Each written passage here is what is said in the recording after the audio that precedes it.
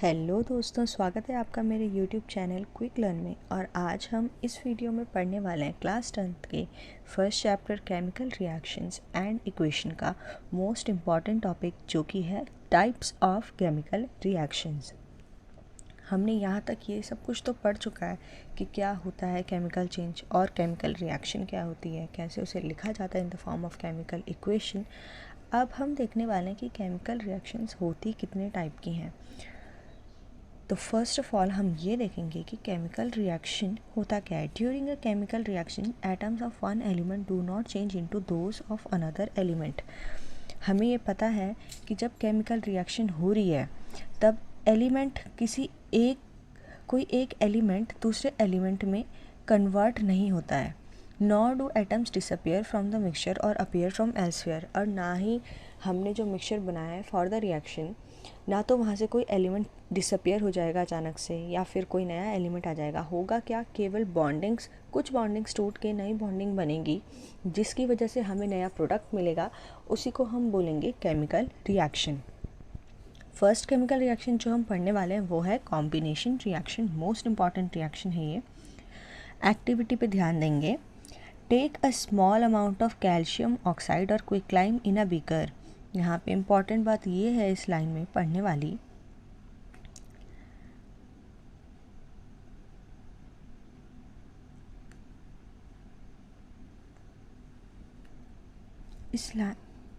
इस लाइन में most important बात जो है वो पढ़ने वाली ये है कि कैल्शियम ऑक्साइड और क्विकलाइम दोनों एक ही चीज़ हैं। कैल्शियम ऑक्साइड उसका IUPAC नेम है और क्विकलाइम उसका कॉमन नेम है।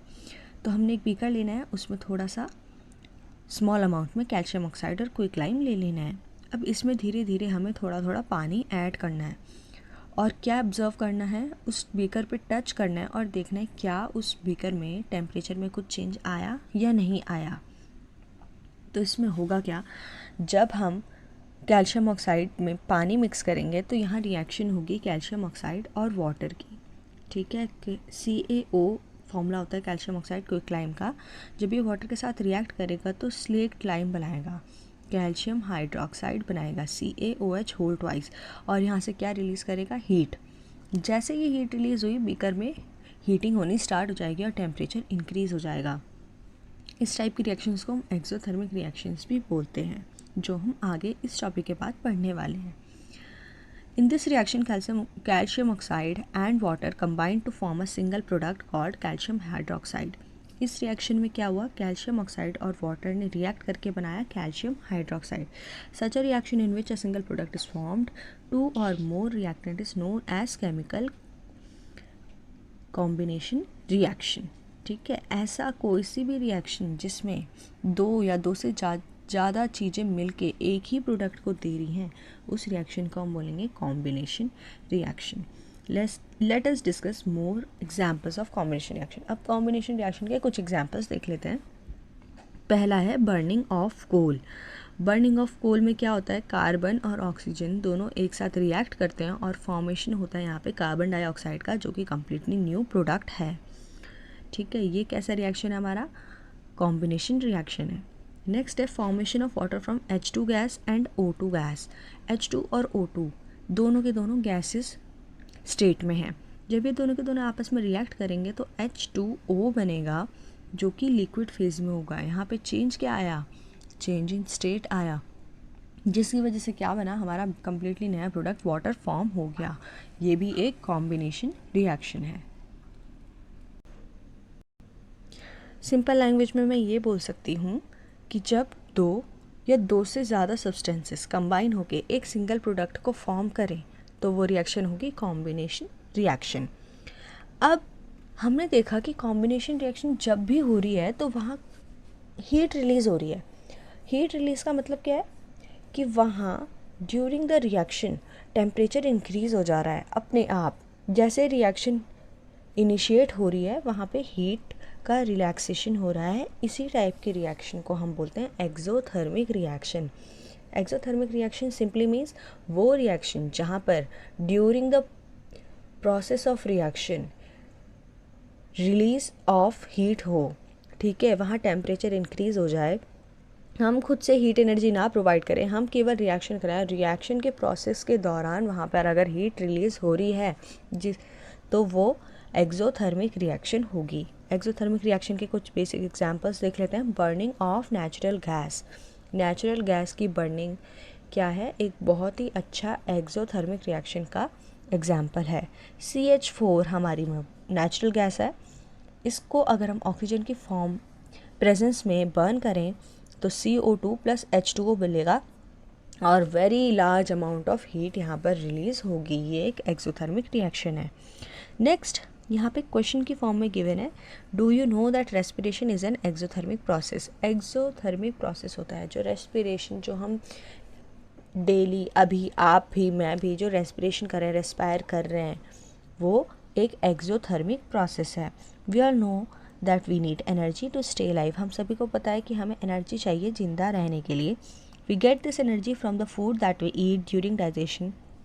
Food is broken down into simpler substances. For example, rice, potatoes and bread contain carbohydrates. These carbohydrates are broken down to form glucose. क्या हो रहा है डाइजेशन के टाइम पे, हमारा जो फूड है वो सिंपलर सब्सटेंसेस में कन्वर्ट हो रहा है। जैसे कि जो राइस, पोटैटोस, ब्रेड, मतलब जो भी हम कार्बोहाइड्रेट वाला फूड खा रहे हैं वो क्या हो रहा है, कार्बोहाइड्रेट ब्रेकिंग डाउन हो रही है कार्बोहाइड्रेट का, किसकी फॉर्म में, ग्लूकोज बन रहा है ब्रेक डाउन होके। This glucose combines with oxygen in the cell of our body and provides energy. अब ये ग्लूकोज हमें एनर्जी कैसे प्रोवाइड कर रहा है, ग्लूकोज और ऑक्सीजन दोनों के दोनों आपस में रिएक्ट कर रहे हैं, यहाँ पे CO2 निकाल रहे हैं, H2O निकाल रहे हैं और very large amount of energy यहाँ पर रिलीज हो रही है। This energy is released due to the reaction of glucose with oxygen. इसी प्रोसेस को हम बोलते हैं रेस्पिरेशन। यहाँ पे एनर्जी रिलीज हो रही है, therefore this is an exothermic reaction। ठीक है। Decomposition of vegetable matter into compost is also an example of exothermic reaction। Decomposition of vegetable matter मतलब बायोडिग्रेडेबल, हमने बचपन से पढ़ते आए हैं, दो तरीके के सब्सटेंसेस हैं, बायोडिग्रेडेबल, नॉन बायोडिग्रेडेबल। ये भी हमने पढ़ा है कि बायोडिग्रेडेबल सब्सटेंसेस क्या होते हैं, ईजीली कन्वर्ट हो जाते हैं इनटू सिंपलर सब्सटेंसेस। मतलब vegetable matter is a biodegradable product, और जैसे ये कन्वर्ट होगा अपनी सिंपलर सब्सटेंस में तो ये एनर्जी रिलीज़ करेगा और ये भी एक एक्सोथर्मिक रिएक्शन देगा।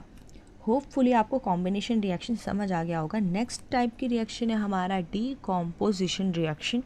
बहुत इंपॉर्टेंट रिएक्शन है, बहुत आती है एग्ज़ाम में और बहुत ही सिंपल है। कॉम्बिनेशन रिएक्शन का just opposite is decomposition reaction. Decomposition reaction को हम सिंपल वर्ड्स में ऐसे समझेंगे कि एक ही रिएक्टेंट है हमारे पास जो कि हीट प्रोवाइड करने की वजह से दो या दो से ज़्यादा सब्सटेंसेस में टूटेगा, तो वो क्या होगा, डीकॉम्पोजिशन रिएक्शन। ये टॉपिक हम नेक्स्ट वीडियो में कंप्लीट करेंगे। तब तक आप इस वीडियो को लाइक शेयर करें खूब ज़्यादा और कमेंट करें और मुझे अपने सजेशंस दें कि मैं क्या कर सकती हूँ जो मेरा वीडियो और ज़्यादा इम्प्रूव हो। Thank you so much.